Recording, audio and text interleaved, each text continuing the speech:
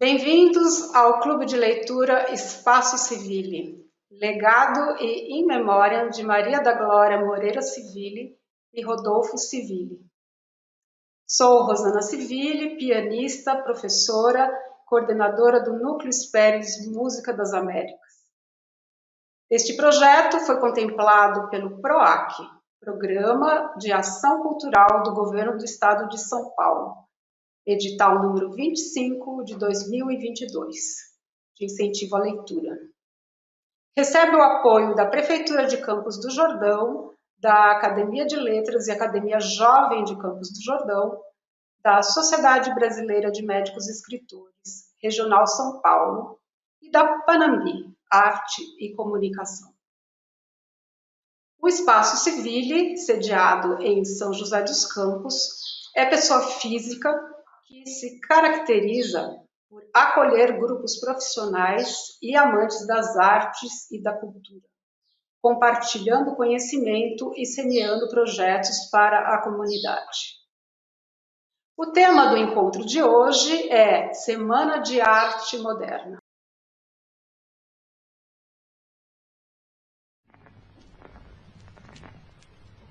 O Brasil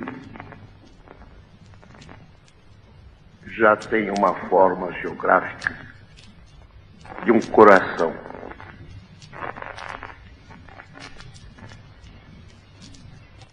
Todo brasileiro tem esse coração. A música vai de uma alma a outra. Os pássaros conversam pela música. Eles têm coração. Tudo que se sente na vida se sente no coração. O coração é o metrônomo da vida. E há muita gente na humanidade que se esquece disso. Justamente o que mais precisa a humanidade é de um metrônomo. Se houvesse alguém no mundo que pudesse colocar um metrônomo no cimo da terra, talvez estivéssemos mais próximo da paz. Porque se desentendem, vivem descompassados, raças e povos, porque não se lembram do metrônomo que guardam no peito, o coração.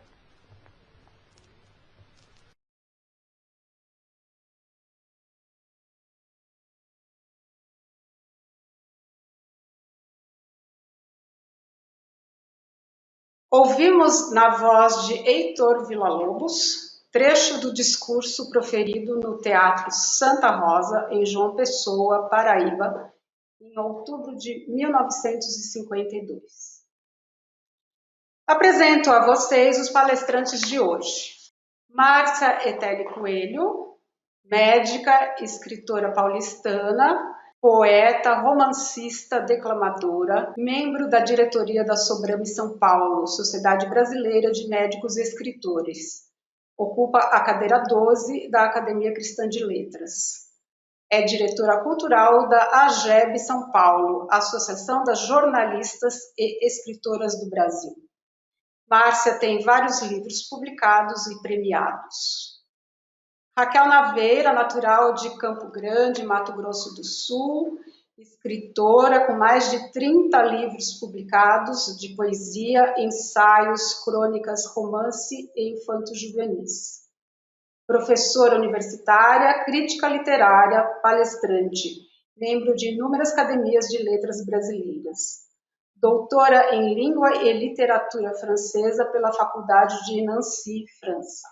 Raquel Aranha, doutora em Música pela Unicamp, é violinista e bandolinista e especialista em danças do período barroco. Vem se dedicando também à pesquisa sobre os tratados de dança do século XIX, os quais incluem diversas danças de salão que influenciaram a formação do choro. Raquel está à frente de importantes projetos culturais. É presidente da SOCEM, Sociedade de Educação e Cultura Musical de São José dos Campos, idealizadora da Orquestra Joseense. Sandro Bodilon, barítono, mestre em música pela Unesp, com pesquisa sobre a obra vocal do compositor Luciano Gallet, integrante do Coral Lírico do Teatro Municipal de São Paulo e do Núcleo Hespérides Música das Américas. Como solista, atuou em diversas montagens de óperas em todo o país. Destaque ao seu trabalho de camerista, especialmente ligado à canção de câmara brasileira. Nancy Bueno, pianista, cantora, regente de coro, natural de São José dos Campos, onde iniciou seus estudos de música. Como cantora, integrou o coro da OSESP e o Coral Lírico do Teatro Municipal de São Paulo. Atuou como pianista colaboradora na EMESP e na Escola Municipal de Música de São Paulo. É uma das mais destacadas musicistas brasileiras, com repertório que abrange desde a modinha imperial até a música contemporânea nacional. Teremos a participação do multi-instrumentista e cantor joseense Eduardo Fujita, formado em guitarra pelo Conservatório Villa-Lobos e licenciado em música, cursou o Ópera Estúdio da EMESP, a Academia de Ópera do Teatro São Pedro e o Ópera Estúdio do Teatro Municipal de São Paulo. Foi membro do elenco estável do Teatro São Pedro em 2016. Iniciamos então com Márcia Etelli Coelho. Boa tarde a todos. Muito já se falou sobre a importância da Semana da Arte Moderna, que em 2022 completou o seu centenário. Passadas as comemorações, será que ainda vale a pena conversar sobre ela? Com certeza.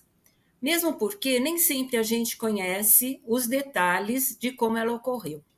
A Semana de Arte Moderna é também chamada de Semana de 22.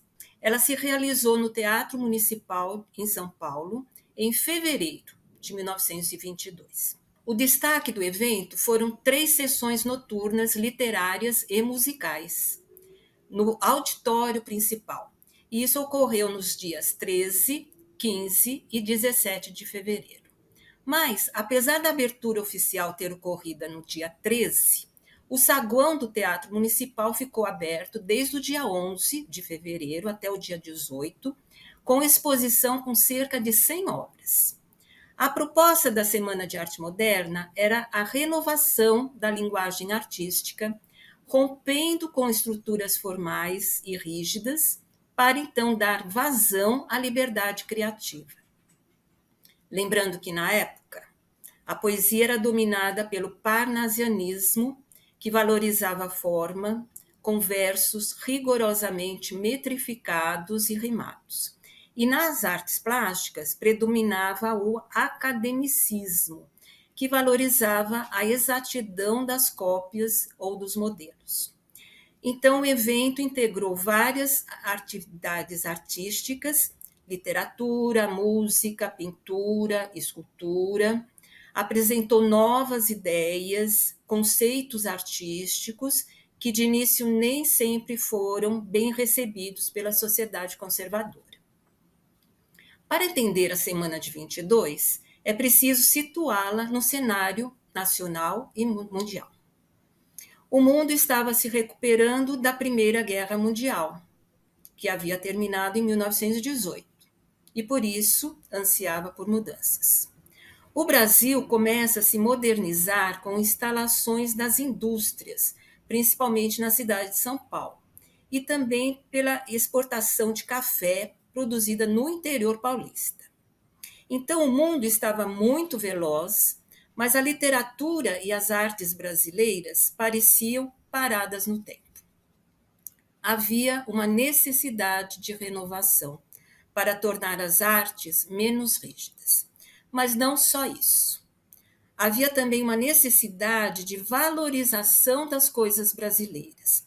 E a Semana de Arte Moderna aproveitou o centenário da independência do Brasil, que seria comemorado durante todo o ano, aproveitou para propor uma arte que, além de romper com o formalismo, também abrangesse temas mais nacionalistas, não tão europeias. Então, temas que dessem expressão aos problemas sociais brasileiros, colocasse a identidade brasileira em suas obras, ou seja, uma identidade própria que representasse o Brasil nas artes e retratasse o seu povo. É importante ressaltar que o evento não aconteceu assim de repente. Houve toda uma preparação, principalmente porque na década de 1910, alguns artistas brasileiros vinham da Europa já com uma estética diferente, com ideias novas, como é o caso do Oswald de Andrade, o Lazar Segal, Anita Malfatti e o Victor Brecheret. Na literatura, por exemplo, Lima Barreto lançou em 1915 o livro Triste Fim de Policarpo Quaresma, onde o personagem tinha um alto teor de nacionalismo. Na música, o Ernesto Nazaré vinha com uma brasilidade bem evidente. Na poesia, Manuel Bandeira lançou em 1919 o livro Carnaval, um livro com poemas com versos livres, sem métrica, sem rima. Na pintura, entrou para a história a famosa exposição de Anita Malfatti, em 1917. Essa exposição recebeu duras críticas de Monteiro Lobato. Ele escreveu um artigo publicado no Jornal do Estado de São Paulo, que ele chamou de Paranoia ou Mistificação. Esta crítica desanimou muito a Anita Malfatti, mas serviu para unir ainda mais o grupo diante da necessidade de romper com os padrões artísticos tradicionais. Estava se formando, então, o terreno propício para o evento. E como foi a Semana de Arte Moderna de 1922? No saguão do Teatro Municipal foram espalhadas várias pinturas e esculturas, que provocaram muito estranhamento. Não eram quadros novos, inéditos. Eles já tinham sido apresentados em exposições anteriores individuais. E é interessante como os quadros que na época foram muito contestados, hoje em dia a gente pode observá-los com naturalidade, como os quadros da Anita Malfatti, que expôs 20 trabalhos, entre eles O Homem Amarelo e também A Boba, que são quadros de pessoas, mas com formatos do rosto um pouco distorcidos. Na escultura, o grande destaque foi o Victor Brecheret, que ele não estava presencialmente, porque ele morava em Paris, mas ele expôs 12 esculturas, entre elas a Pietà, o Ídolo e também a Cabeça de Cristo, que apresentava o Cristo de trancinha. Logicamente, isso causou muita polêmica. O Di Cavalcanti também se destacou, ele expôs 11 telas e foi ele quem elaborou o cartaz da Semana de Arte Moderna. Então, a exposição no saguão ficou aberta desde o dia 11 de fevereiro, mas a abertura oficial ocorreu no dia 13 de fevereiro, uma segunda-feira. E foi a inauguração com a conferência do Graça Aranha, intitulada A Emoção Estética da Arte Moderna.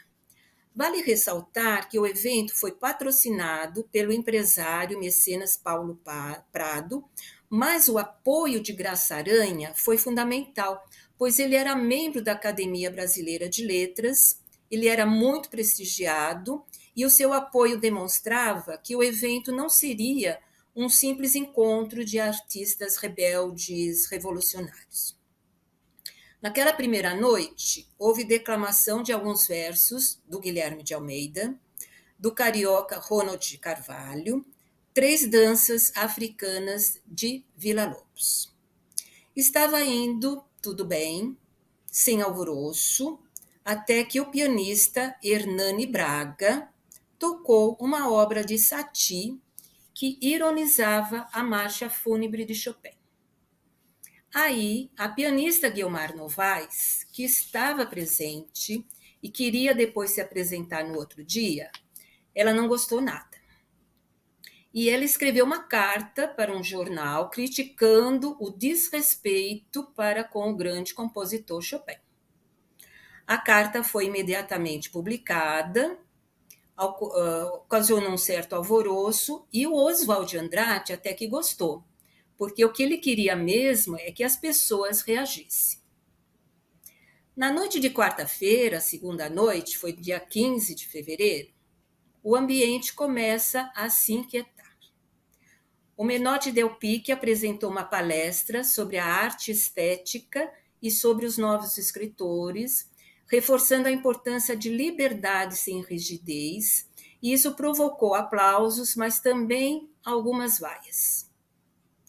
Quando foi a vez do Oswald de Andrade, ele já começou criticando a obra de Carlos Gomes. E aí as vaias se intensificaram. Ele também leu um trecho do seu livro Os Condenados, mais vaias. Até que foi a vez do Mário de Andrade, que realizou uma palestra cujo texto depois se tornaria a publicação A Escrava que Não é Isaura. Nesse texto, ele defende o abrasileiramento da língua portuguesa, ou seja, a possibilidade de se escrever como se fala sem impostação. Então, a gente escreve de um jeito, fala de outro, e o Mário de Andrade apregoava essa possibilidade de a gente escrever como se fala. O Mário de Andrade também leu versos do livro Pauliceia Desmairada, versos sem rima, o que a plateia conservadora também não gostou. E a situação piorou quando ele leu o poema Ode ao Burguês. Vou ler um trecho para vocês. Eu insulto o burguês níquel, o burguês, a digestão bem feita de São Paulo, o homem curva, o homem nádegas, o homem que, sendo francês, brasileiro, italiano, é cauteloso pouco a pouco. Ora, as pessoas que estavam ali presentes eram burguesas, pessoas que de certas posses, inclusive para ter condições de pagar o ingresso. E é evidente que essas pessoas não aceitaram esse insulto. Quando foi a vez do Ronald Carvalho, aí não teve jeito. O público se exaltou. Ele leu o poema do Manuel Bandeira intitulado Os Sapos, que é um poema que criticava o parnasianismo. O Manuel Bandeira não conseguiu comparecer porque ele estava em tratamento de tuberculose, então o poema não foi lido e ele não foi bem aceito pelo público, que fez muito barulho enquanto o poema era lido. Eles batiam os pés no chão, até latiam, uma zoeira. Um trecho do poema é assim: enfunando os papos, saem da penumbra, aos pulos, os sapos. A luz os deslumbra.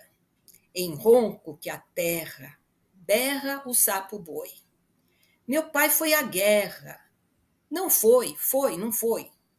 O sapo tanoeiro, parnasiano aguado, diz: meu cancioneiro é bem martelado. Os organizadores já estavam esperando reações contrárias. Mas no intervalo, Mauro de Andrade resolveu falar na escadaria do saguão sobre as obras expostas, mas não deu certo. Ele chegou até a ser xingado e depois ele até se arrependeu da coragem que ele teve de se expor falando no saguão para pessoas que não entendiam dessa arte moderna. A grande confusão da plateia só se acalmou com as apresentações da dança de Yvonne Dalmerier e do concerto de piano, assim, da Guiomar Novaes, que era super consagrada e que interpretou compositores do Claude Debussy e o Heitor Villa-Lobos. Aí chega a noite de encerramento, sexta-feira à noite, 17 de fevereiro, que foi inteiramente dedicada à música. Não houve palestra nem declamação de poesias. E o destaque foi a música de Villa-Lobos, com participação de vários músicos. O público estava já em número reduzido, e quando Villa-Lobos entrou em cena, a vaia foi impediosa, antes mesmo dele tocar. E por quê? Porque Villa-Lobos entrou de casaca, mas com um pé calçado, com sapato, e outro com chinelo. E o público interpretou essa atitude como desrespeitosa. Mais tarde, o maestro explicaria que não se tratava de modismo nem de ofensa, e sim de um calo inflamado. Então, a Semana de Arte Moderna terminou nessa noite, continuou ainda mais um dia com as exposições no saguão, e na época, boa parte da mídia reagiu de forma conservadora ao movimento da Semana de Arte Moderna, referindo-se aos vanguardistas como subversores da arte. Os jornais da época não deram a devida atenção e se limitaram a dedicar poucas colunas em suas páginas sobre o evento. O Correio Paulistano foi o que mais divulgou o evento, provavelmente porque tinha como um dos seus redatores o Menoque Del Pique. Muitos críticos consideraram que a Semana de Arte de 22 não teve tanta importância de imediato porque ela veio como uma rejeição ao conservadorismo. Até aí tudo bem. Mas não havia nela uma unidade estética, nem uma proposta clara, definida. Então, foi com o tempo que ganhou valor histórico, influenciando diversos movimentos diferentes, como o movimento Pau Brasil, o movimento Verde e Amarelo e o movimento antropofágico. Inclusive, depois influenciou a bossa nova, nos anos 60, e o tropicalismo, nos anos 70.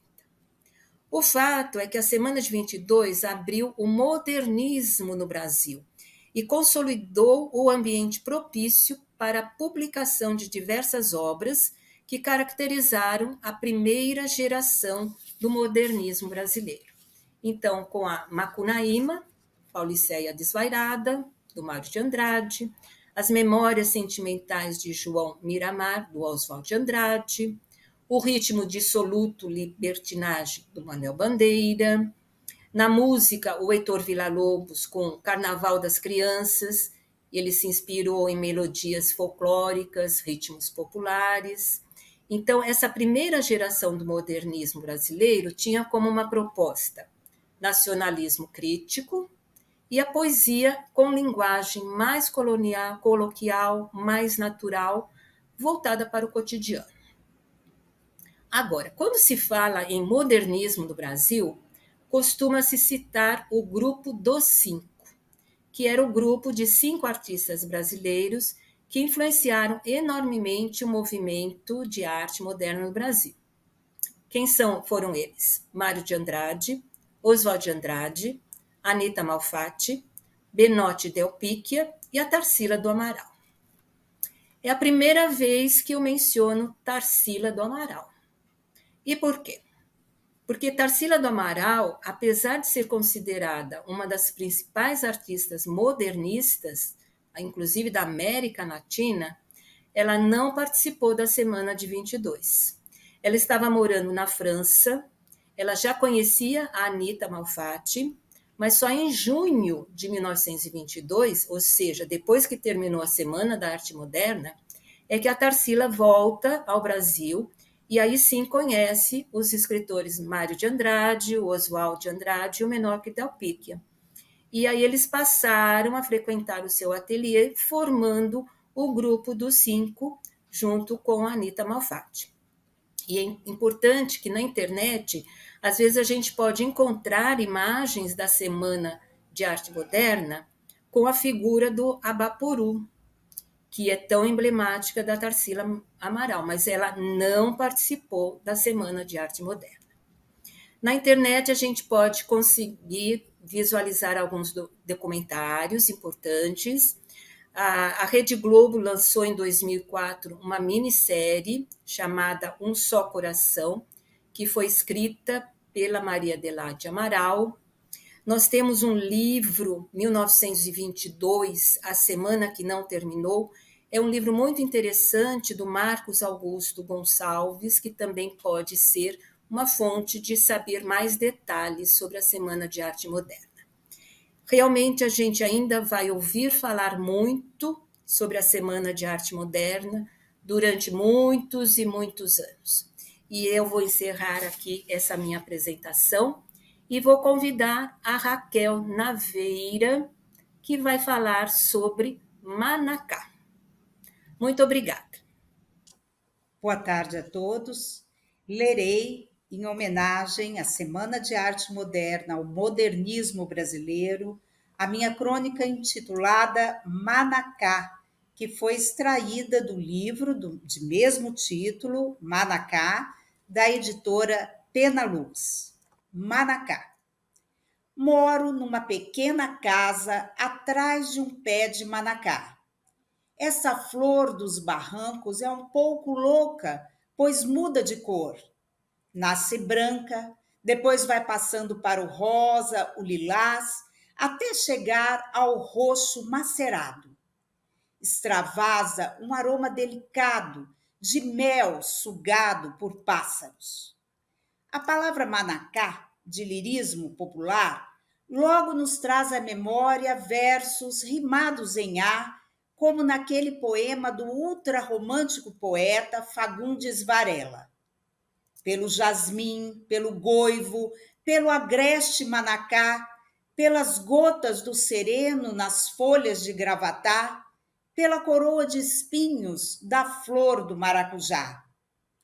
Atravessando a Serra do Mar, em direção à sua fazenda de café em Santos, a pintora Tarsila do Amaral deve ter visto muitos arbustos de manacá eclodindo suas copas como capelas pelas encostas.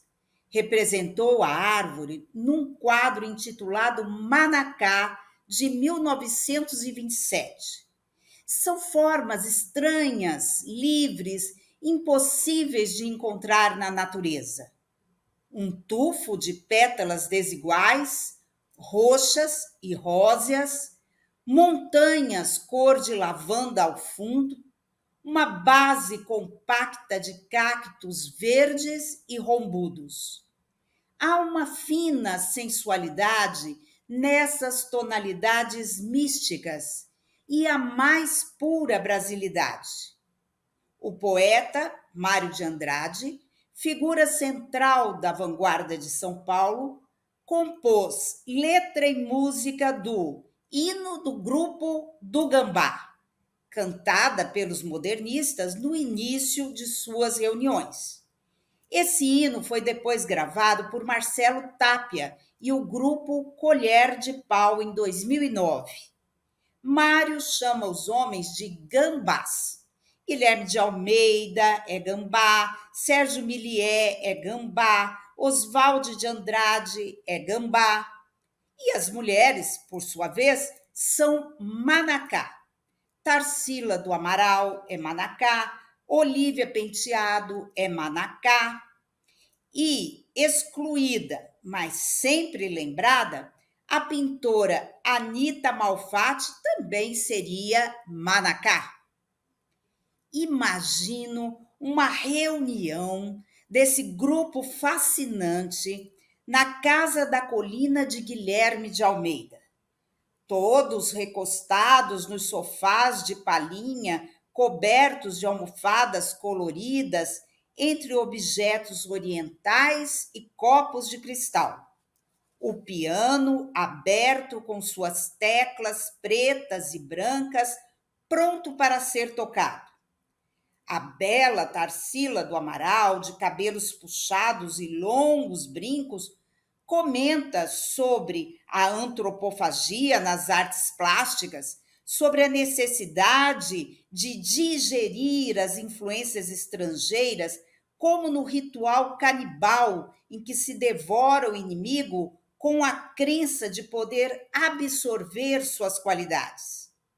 O poeta Oswald de Andrade, seu companheiro à época, detalha como dera o nome de Abaporu, que significa em tupi homem que come carne humana, ao intrigante quadro de Tarsila.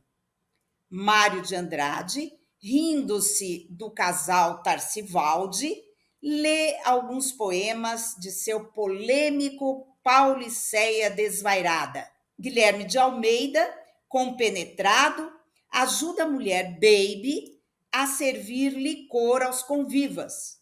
Mostra um número da revista Claxon e defende a liberdade de ritmo no sentir, no pensar, no dizer.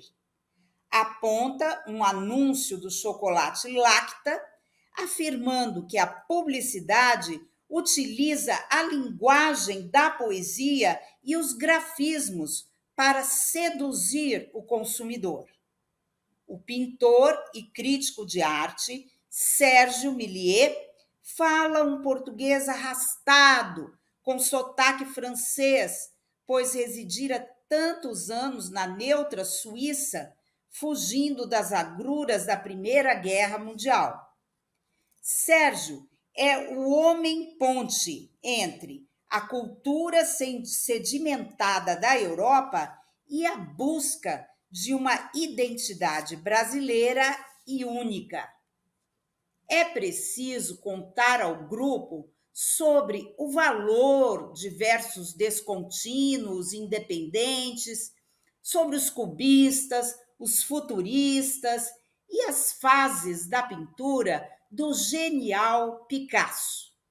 Dona Olívia Penteado, elegante, chega com novidades sobre um grande projeto, a criação de um salão de arte moderna. Ela conseguirá os recursos. Quer os quadros de sua amiga Anita Malfatti em destaque. O Homem Amarelo, o Farol, a Estudante Russa, juntos, numa ala nobre do salão. Todos aplaudem.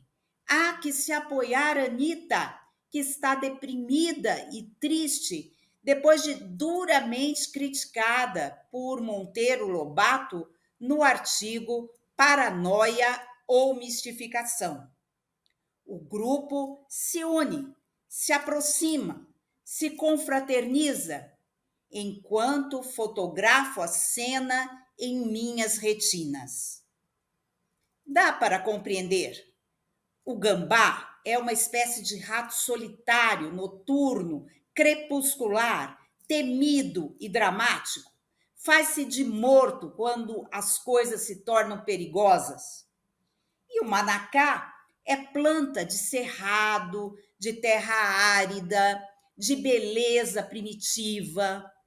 O grupo modernista é refinado e caipira, verde, amarelo mamão e roxo.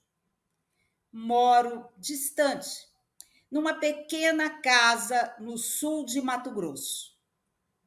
Daqui, relembro dos amigos de São Paulo, vivos ou mortos, enquanto a noite desce com suas estrelas sobre o pé de Manacá.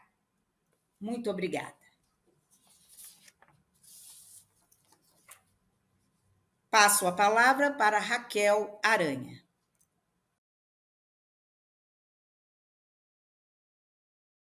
Agradeço a oportunidade de falar sobre um assunto que eu tenho paixão.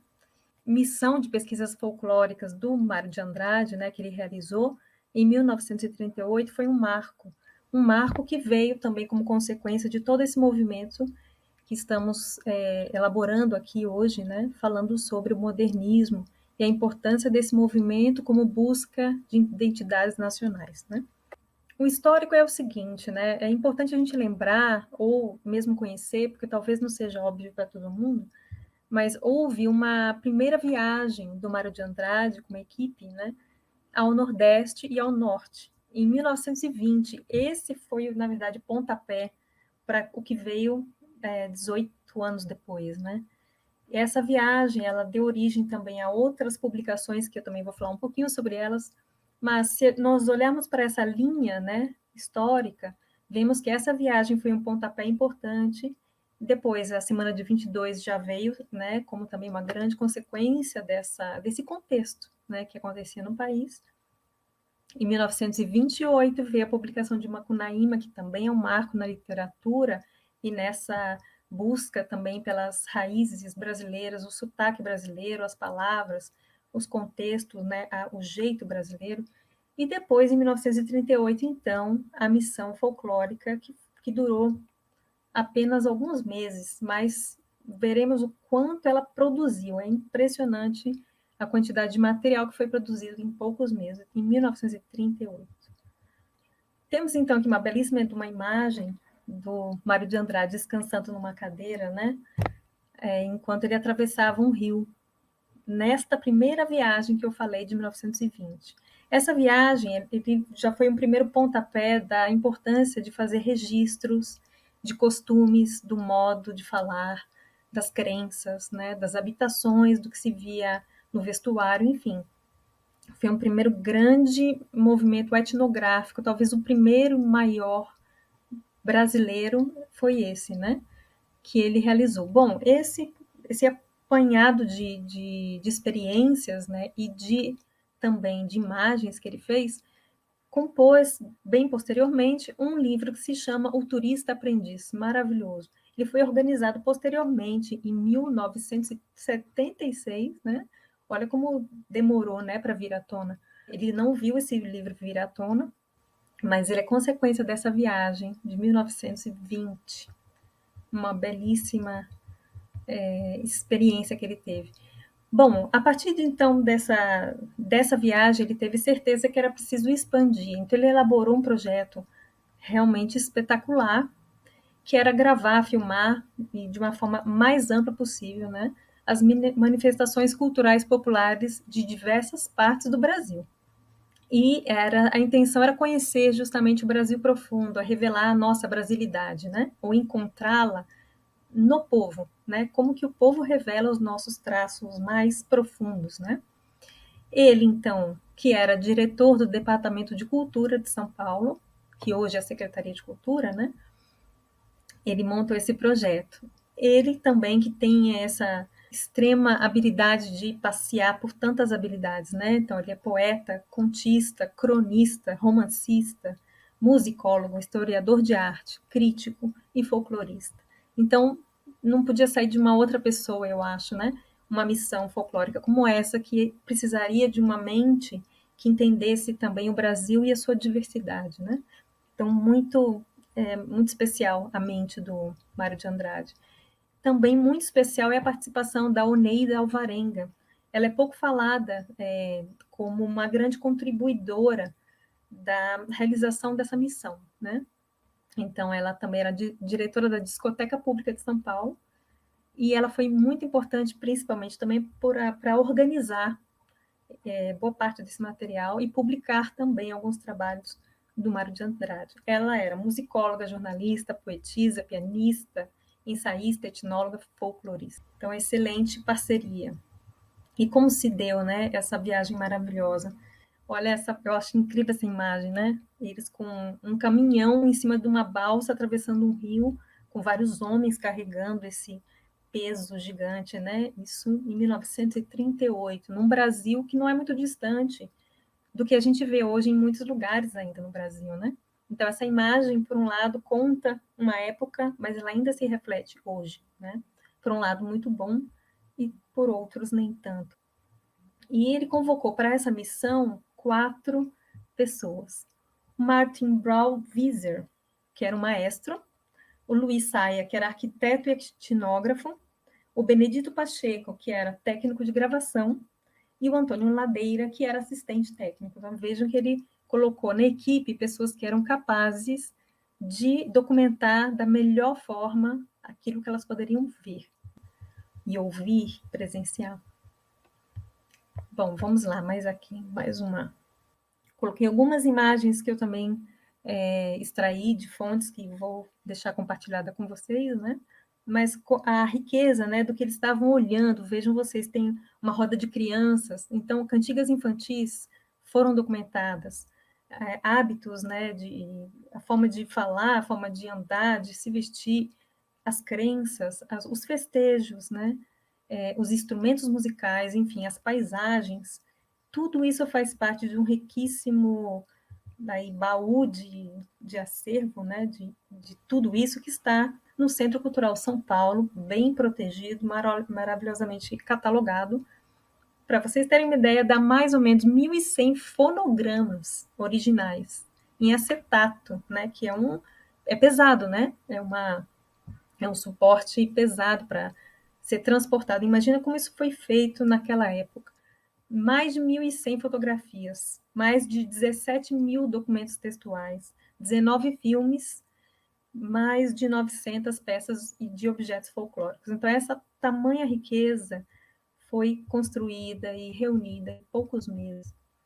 De que forma, né? Essa equipe passou por Paraíba, Pernambuco, Ceará, Piauí, Maranhão, Pará, e recolheu aí inúmeras manifestações populares belíssimas que envolvem emboladas, cocos, catimbós, enfim, danças, cantorias, tem cantigas, tem repentes. É realmente impressionante a qualidade, né, também das referências que eles tiveram, né, e de como tudo foi feito, tudo foi elaborado. Uma outra também riqueza desse material que engrandece também muito essa pesquisa, é a forma como eles faziam a documentação.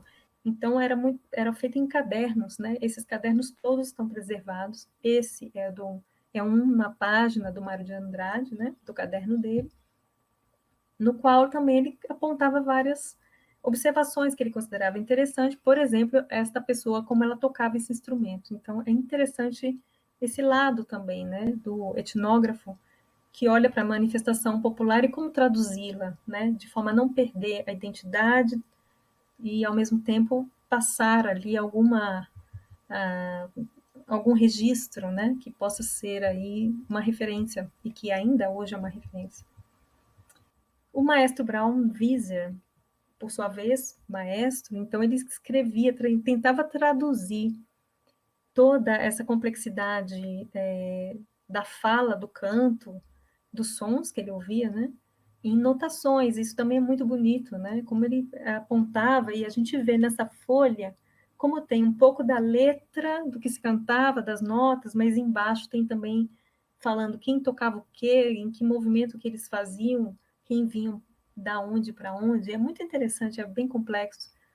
E tudo isso feito de forma bastante artesanal, né? Porque era essa a forma de documentação da época, que também é belíssima, que nos revela também uma organização do pensamento, revela também a própria caligrafia da pessoa, né? Eu acredito muito que a identidade nossa está muito conectada também com a forma da gente deixar nossos traços, né? Como a gente escreve, como a gente elabora um texto, no caso aqui um texto visual, né? Não falado, mas visual. E avançando um pouquinho mais, tem esse grupo de carregadores de piano. Imaginem vocês que também eles documentavam tudo, né? E as profissões também, né? E este era um profissional para carregar piano, eles tinham que saber carregar o piano. Interessantíssimo o relato que se faz dessa cena, mas também a música que eles usavam para andar compassadamente, ou seja, todo mundo caminhando junto e fazendo o transporte, né, que é extremamente difícil, pesado, e para que eles pudessem caminhar com o mesmo passo, eles cantavam. Então, há uma série de registros, assim, há mais de 10 só de carregador de piano. Então, as cantigas que eles iam renovando para poder fazer o transporte e de forma organizada e compassada. Belíssimo. Tudo isso está disponível para ouvir e eu me delicio muito com esse tipo de material, né? E, já para terminar, também temos acesso a alguns registros de filme, né, desse filme já editado na época, né? Olha como ele está, essa capa aqui, né? Então, a gente vê que tem uma forma bem particular de fazer essa edição da época, né?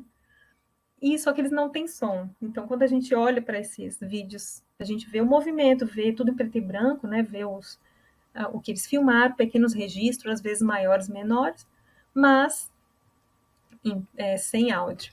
Então, eu teria que juntar o áudio com a imagem, né? Isso não foi feito na altura.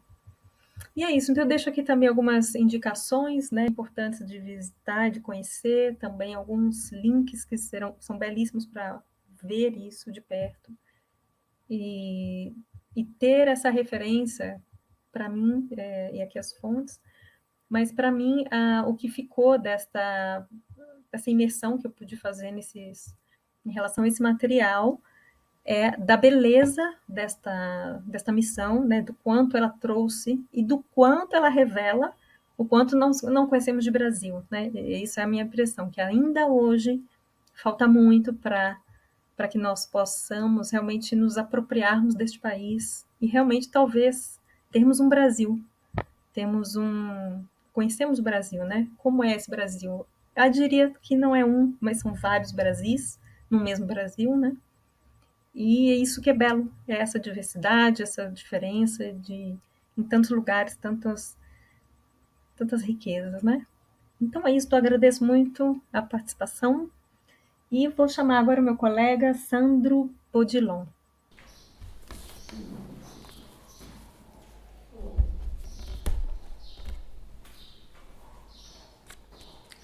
Muito boa tarde a todos.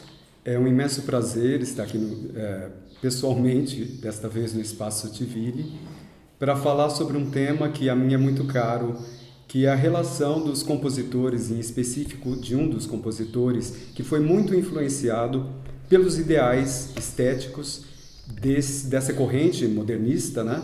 E especificamente desse mentor que foi o Mário de Andrade, o escritor Mário de Andrade, e que influenciou vários compositores dessa época, inclusive este que foi meu trabalho de mestrado, que é o carioca Luciano Gallet.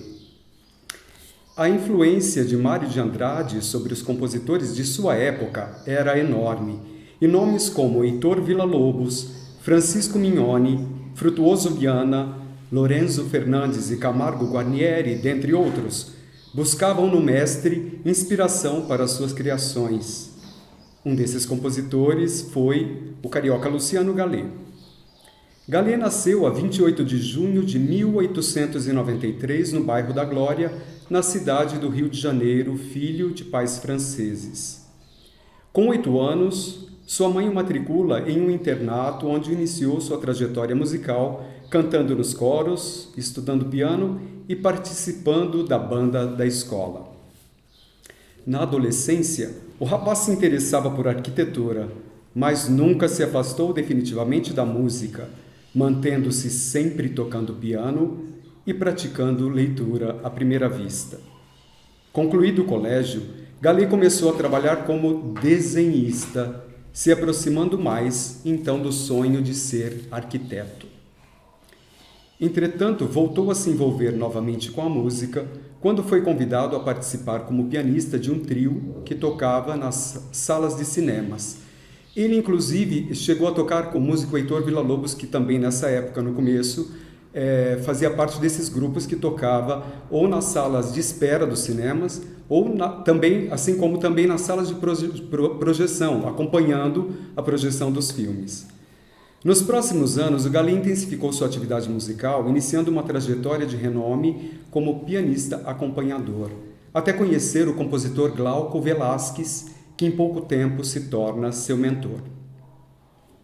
Abandonando os planos de arquitetura por intermédio de Glauco, Gallet ingressa na classe de piano do Instituto Nacional de Música, que hoje é a Universidade Federal do Rio de Janeiro.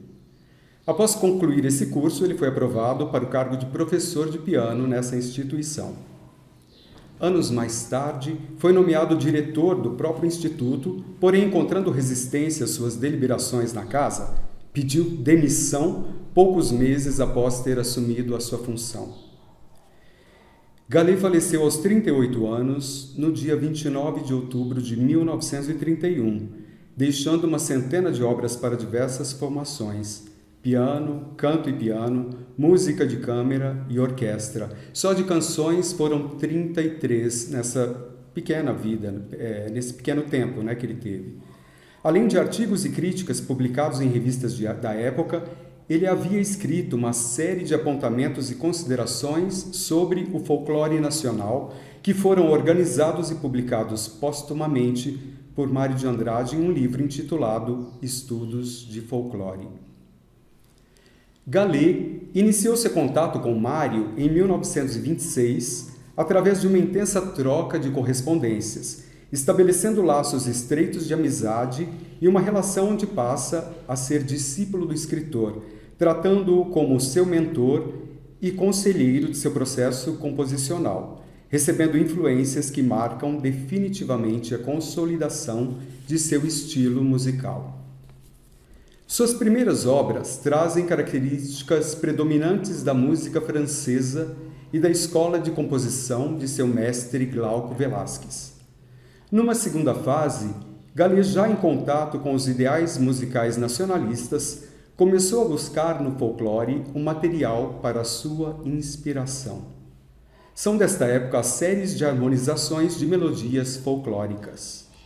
E já, numa terceira fase e última, suas últimas obras trazem um estilo mais livre, onde o compositor se utiliza de elementos musicais do folclore, mas de forma a recriá-los com sua arte.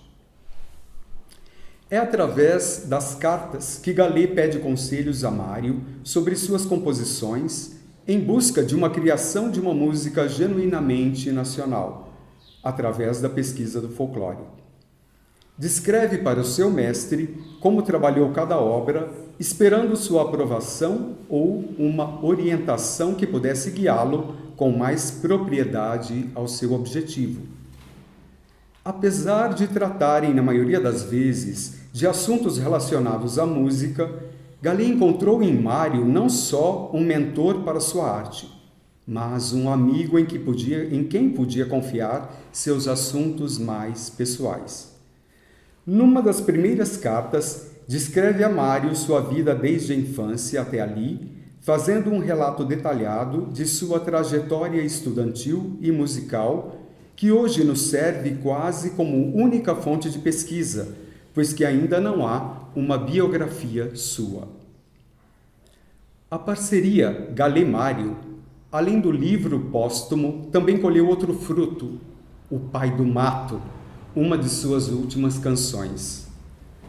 O poema Toada do Pai do Mato foi publicado no livro Clã do Jabuti, de 1927. Mário foi buscar inspiração na lenda Ualalocê, dos índios Parecis de Mato Grosso, descrita no livro Rondônia, de 1916, do antropólogo Edgar Roquette Pinto. Gallet compõe sua canção sobre o poema de Mário e utiliza o motivo melódico original dos Parecis, registrado também por Roquette Pinto, em seu livro, além de outra melodia indígena, o Canidei Yuni, recolhida dos índios tamoios por Jean de Lery no século XVI. A lenda narra a história de uma índia Pareci chamada Kamalalô, que sai de madrugada ainda, quase amanhecendo, para buscar frutas no mato. No caminho, houve um homem cantando num galho alto de uma árvore de tarumã, que é uma espécie de azeitona do mato. Kamalalô, achando que se tratava de um companheiro de sua tribo, um Ariti, como os Parecis se autodenominam, pede ao homem um pouco de tarumã, pois está com fome. O homem responde com ironia que a moça Zui Maluti, no idioma Pareci, está enganada. Ele não é um Ariti, e sim o pai do mato.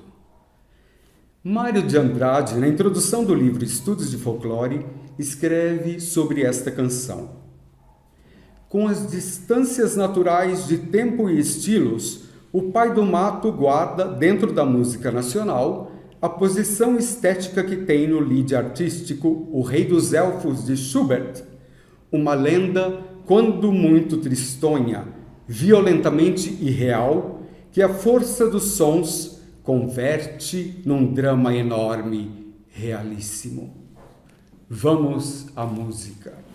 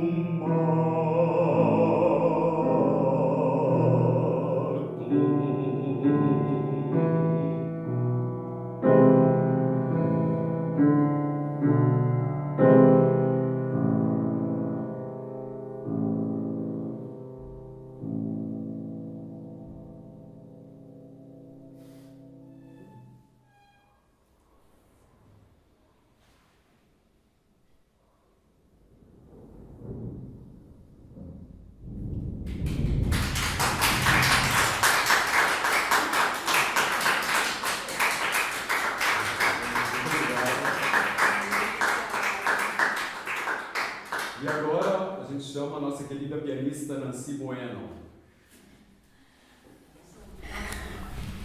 Boa tarde a todos, ainda sob a emoção dessa música tão forte que o Sandro e a Rosana apresentaram, vou começar a minha palestra. Vou falar sobre Soldados Verdes, sobre uma canção com texto de Cassiano Ricardo, composta pelo maestro Benjamin Barreto da Silva Araújo, com harmonização de Achille Pic. Soldados Verdes é um poema de Cassiano Ricardo, poeta nascido em São José dos Campos. Começaremos falando sobre o compositor. Benjamin Barreto da Silva Araújo nasceu no Rio de Janeiro, no dia 31 de outubro de 1902. Ele foi pianista, regente, arranjador, professor e compositor. Vindo de uma família que cultivava a música clássica, também teve contato com vários gêneros musicais, como o choro carioca, o teatro de revista, entre outros. Ele iniciou sua educação musical ao piano com 10 anos. Aos 17 anos, ele já tocava em bailes familiares e agremiações dançantes. Também tocava piano acompanhando os filmes mudos no cinema. Benjamin morou em outras cidades. Em 1973, chegou a São José dos Campos. Trabalhou como professor de piano e difundiu suas obras entre os músicos da cidade. Tive o privilégio de conhecê-lo e contar com a sua orientação num ciclo de músicas para piano solo de sua autoria. Em 1977 e 1978, ele foi presidente do Clube do Choro de São Paulo. Em 1985, ele foi morar com o irmão Armando em Maricá, Rio de Janeiro, onde veio a falecer. Suas composições refletem sua gama de experiências. Constam do seu acervo obras para piano, para música de câmara, fantasias para piano e orquestra e canções populares e de câmara. Escreveu 40 canções de câmara, divididas em ciclos ou conjuntos. Soldados Verdes faz parte do ciclo Outras Canções e é a canção de número 7.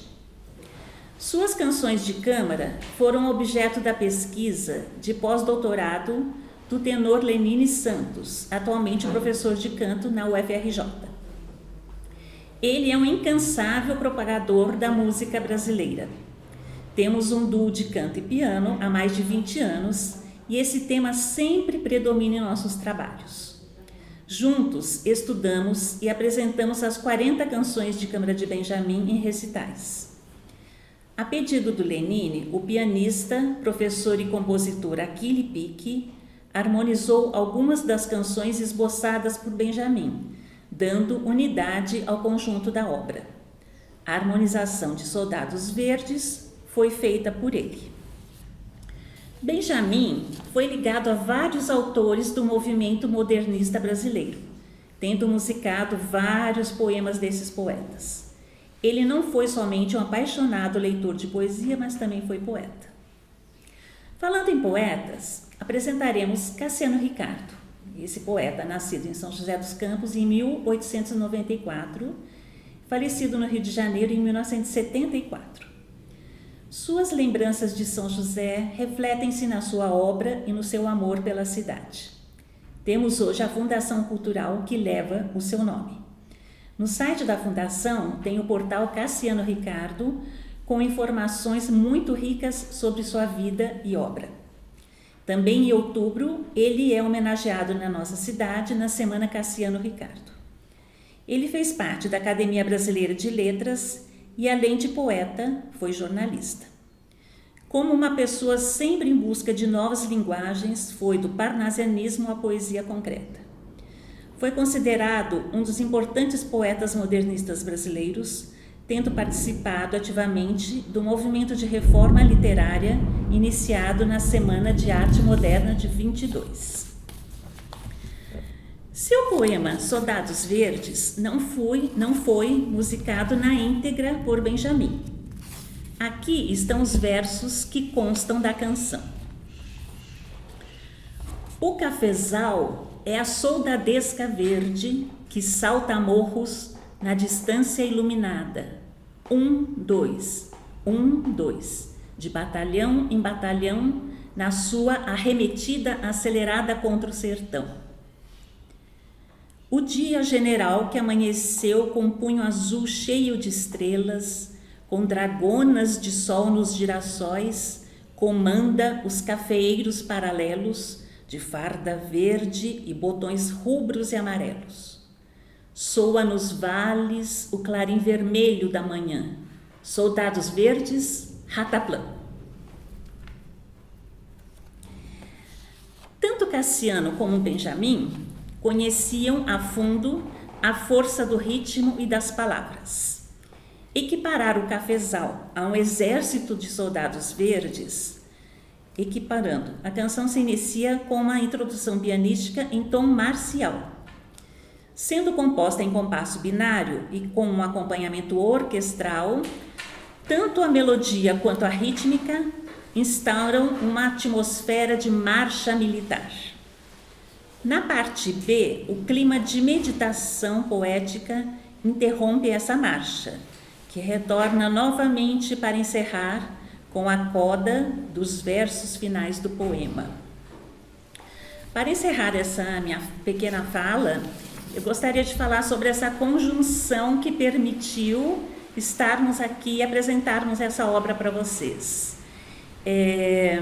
Cassiano, eu sou de São José dos Campos e fui convidada pela Rosana, que está com esse espaço tão lindo aqui em São José dos Campos também.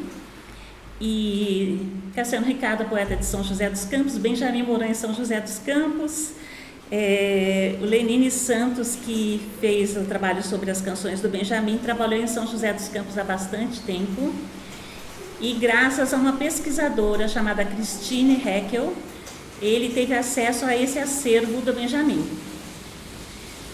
E também a nossa querida Raquel Aranha, que falou há poucos instantes. Há um ano ela fez um projeto sobre a Semana de Arte Moderna, onde eu conheci o barítono Eduardo Fujita, pudemos trabalhar, já conhecia, né? Mas a gente pôde trabalhar junto um vasto repertório de canções com sobre o modernismo.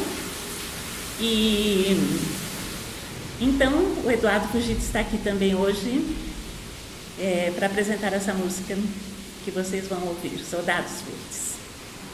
Obrigada.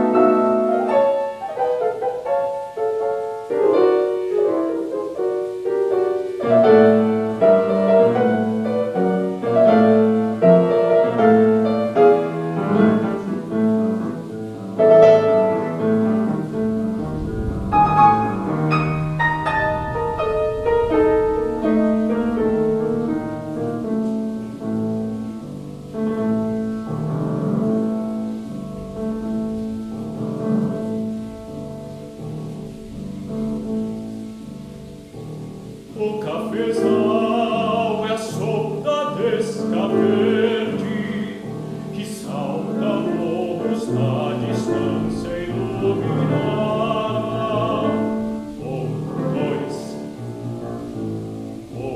Dois, de batalhão em batalhão, na sua arremetida acelerada contra o sertão.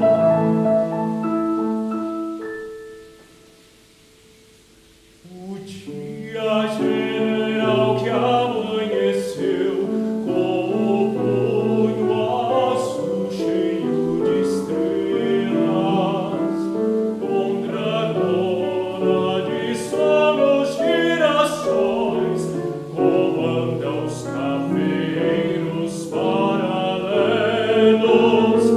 de fardas verdes e botões rubros e amarelos.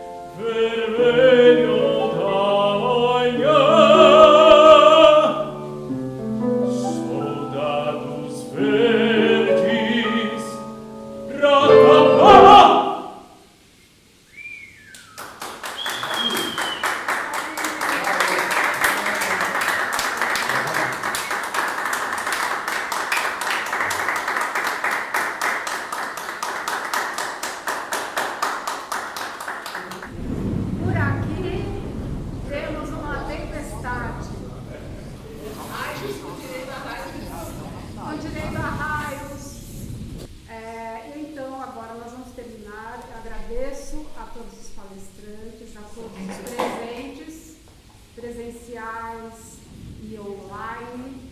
E a você que está nos vendo, se inscreva no nosso canal, acione o sininho para receber as nossas notificações. Teremos uma gravação por mês com assuntos variados.